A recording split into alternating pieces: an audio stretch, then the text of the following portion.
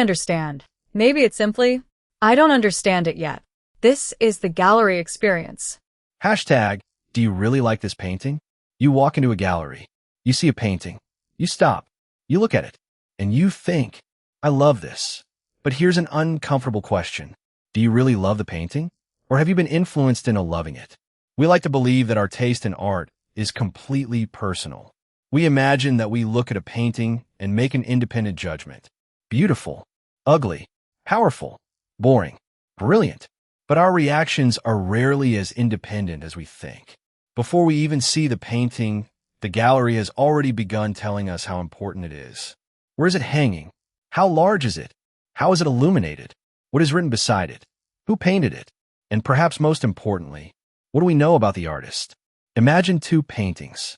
One is painted by an unknown artist. The other is by one of the most celebrated artists in history. You are told that the first painting was created by an unknown beginner. The second was created by a legendary master. Would you look at them differently? Probably. Now imagine that the information was reversed. Suddenly, the painting you ignored begins to look interesting. The painting you admired begins to look ordinary. Nothing about the artwork changed. Only the story changed. This is one of the most powerful forces in the gallery experience. Context. We don't just look at art. We look at art through information. And information can change perception. Consider the museum label. It might tell you that a painting was created during a period of political upheaval. Suddenly, a dark background feels significant. It might tell you that the artist painted the work shortly after losing someone they loved. Suddenly, the expression on the figure's face looks different. It might tell you that the painting was rejected by critics when it was first exhibited. Suddenly, you may feel like you are discovering something that others failed to appreciate. The artwork hasn't changed. Your interpretation has. And this happens outside galleries too. Think about music. If someone tells you a song is one of the greatest recordings ever made, you may listen differently. If someone tells you a restaurant is one of the best in the city, your expectations change before you taste the food. And if someone tells you a painting is a masterpiece, you may begin looking for the masterpiece. This doesn't mean that famous art isn't great. Many famous works genuinely deserve their reputation. But fame can influence our eyes. There's another powerful influence. Other people. Walk into a gallery and notice where people gather. A large group is standing around one painting. People are taking photographs. Someone is explaining something to their friend. You become curious. You walk over. You look.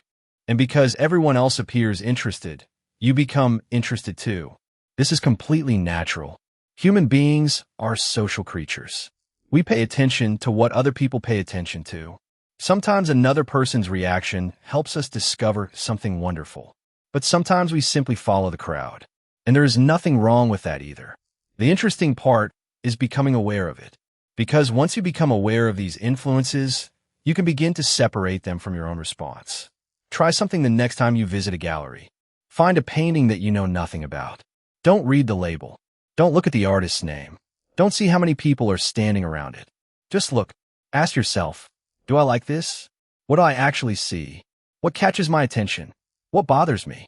Would I still like this painting if nobody told me it was important? Then read the label. Find out who created it. Learn the story. And look again. Did your opinion change? Maybe it did. And that's okay. We don't have to eliminate outside influences. We simply need to recognize them. Because there is another side to this question. Sometimes knowing the history of a painting makes us appreciate it more. A painting may seem simple until we understand what the artist was attempting. A portrait may seem ordinary until we discover who the person was. A landscape may appear beautiful until we learn that it represents a place destroyed by war. Knowledge can deepen our experience. The problem isn't context. The problem is when context replaces our own experience. When we stop asking what we see and simply accept what we're told to see. There's also something fascinating about expensive art. When we hear that a painting sold for millions of dollars, our brains immediately treat it as something extraordinary. We assume that something must be special if someone was willing to pay that much. But price is not the same thing as beauty. And popularity is not the same thing as meaning. The art market has its own forces. Collectors. dealers, museums, critics, auction houses, fashion, reputation, investment. All of these things can influence which artists become famous and which artists remain unknown. So perhaps we should ask ourselves a different question. Instead of asking, is this a great painting? Ask, what does this painting do to me? Does it make you curious? Does it disturb you? Does it remind you of something? Does it make you want to come closer? Does it make you want to leave? Does it stay in your mind after you've walked away? Those reactions belong to you. And nobody can tell you that your response is wrong. Because there's a difference between understanding why a painting is historically important and personally connecting with it. You can respect a masterpiece without loving it. You can love a painting that critics ignored. And you can stand in front of famous artwork and feel absolutely nothing. That doesn't make you a bad viewer. It makes you honest. So the next time you walk into a gallery, try to forget for a moment what you're supposed to like. Forget the reputation. Forget the price. Forget the crowd. Forget the famous name. Stand in front of the painting. Look, and ask yourself one simple question.